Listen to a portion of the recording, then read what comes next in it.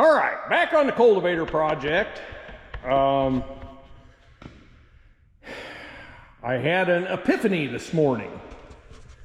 Yesterday, I was trying to get that pin out, and I heated on all that stuff, both sides, because I want to run a tap through here, because run a tap through there, wire brush these threads, little lube, good to go.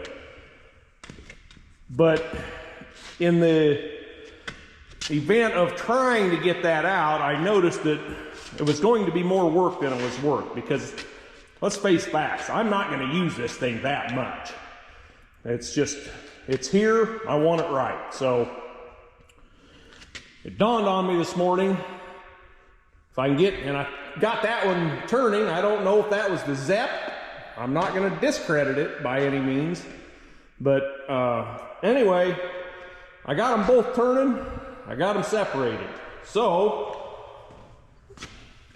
put the phone down on that tractor and then we'll forget where I put it and I can wonder about that. I've got, I don't know, my tap handle may be too big. I may have to just do it with the old crescent wrench, but anyway, I'm gonna chase those threads with that tap, because that will ultimately, between that and a good wire brushing of the external, the OD threads, should make us right with the world. So, I don't know. Maybe I'll set this up and bring you back after a bit.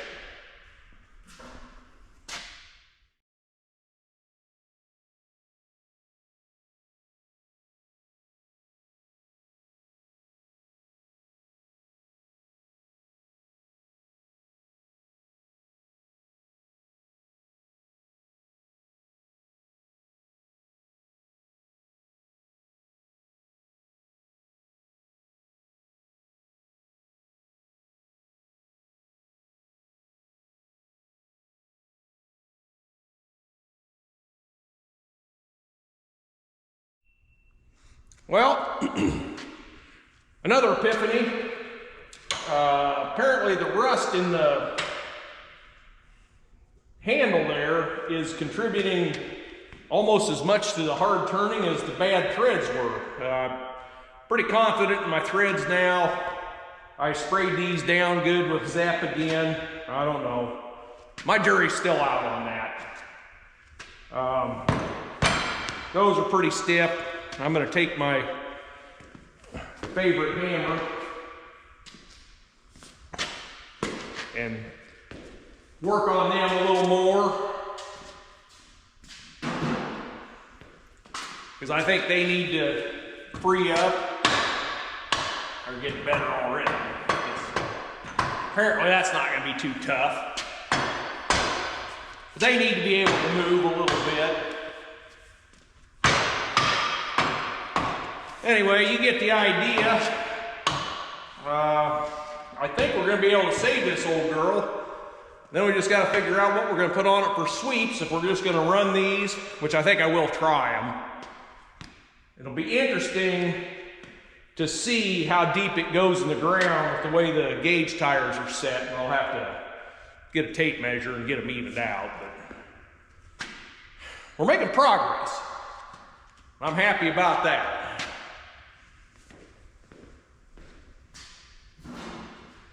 I got the 6080 plugged in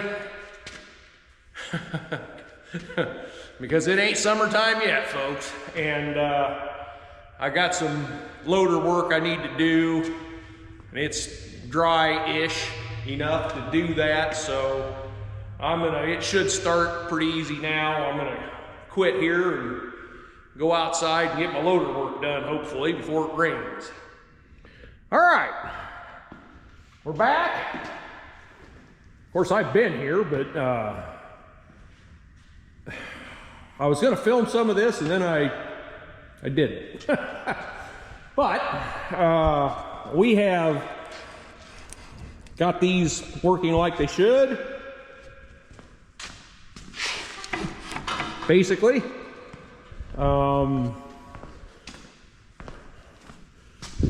Dan and I came up with a harebrained scheme, straightened that bent tine. Then we came up with another harebrained scheme. Let's put this on a tractor and see how she flies. So when I backed up to couple it, the tires hit the drawbar here. And yep, gonna have to spin the wheels, tires out. And I thought, maybe that'd make good content. So that's what we're gonna do. I'm gonna set this silly thing up and show you how power adjust wheels work. Hopefully you can see this and it will work. Let's see, let's set it maybe a little bit like this. Dan says he's never seen this. And I've done this a handful of times, not a lot, but it's kind of cool. So here we go.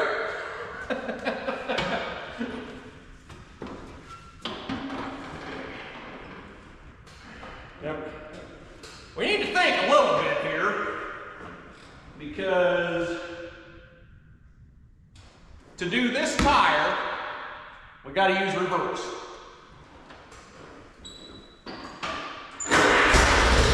I think.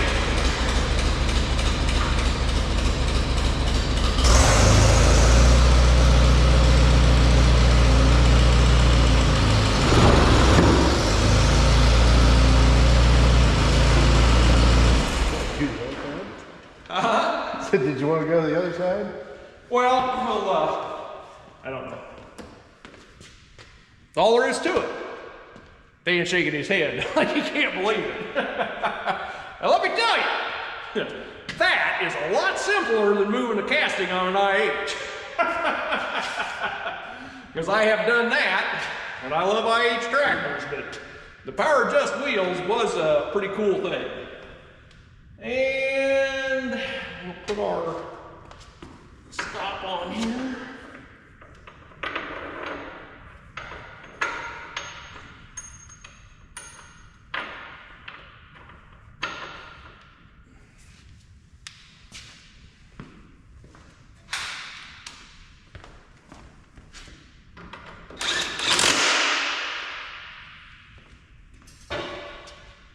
And just because, we'll move you over here, and you do the other side, you have to use forward gear, which low.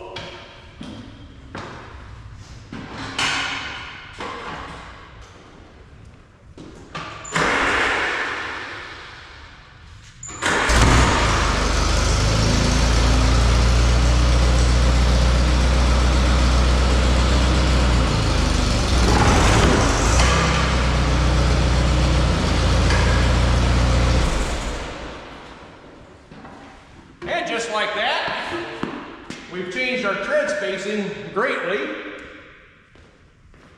Hopefully enough. Because if this isn't wide enough, I'm not turning the wheel centers around. Those wheel weights are 375 pounds a piece. And I don't...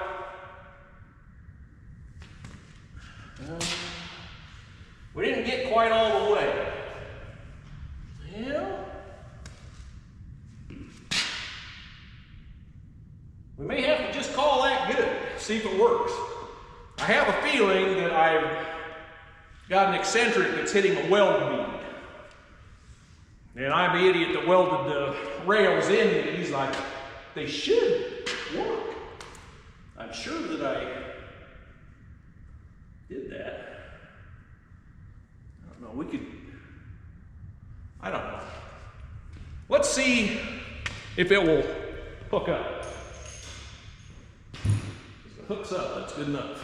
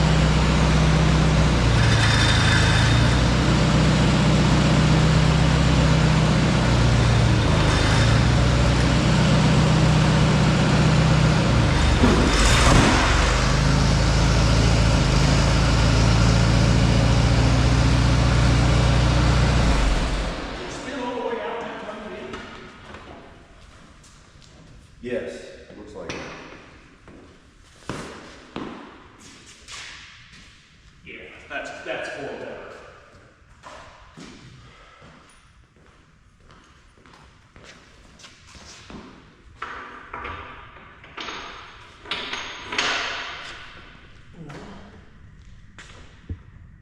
Almost all the way out. It's closer.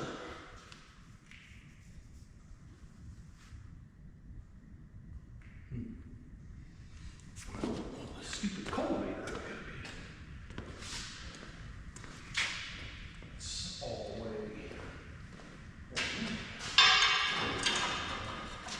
God damn it. There may be some editing involved here.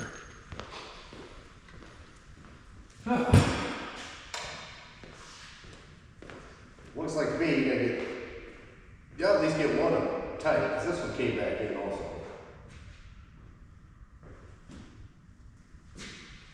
Good.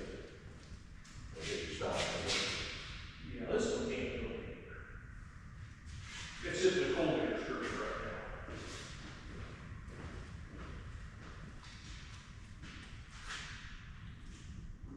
now. Oh, the other one. Yeah. This one's where it's supposed to be. You got to look at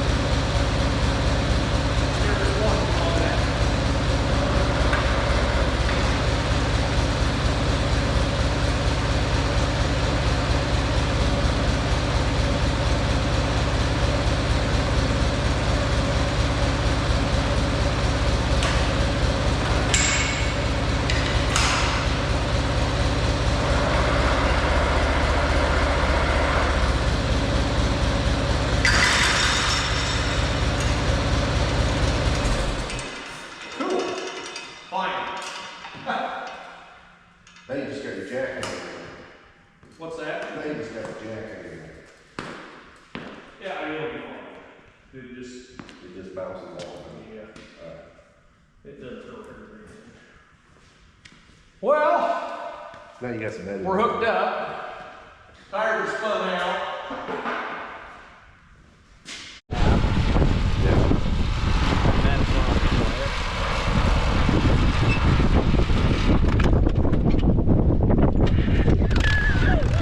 Don't edit that out, Mike.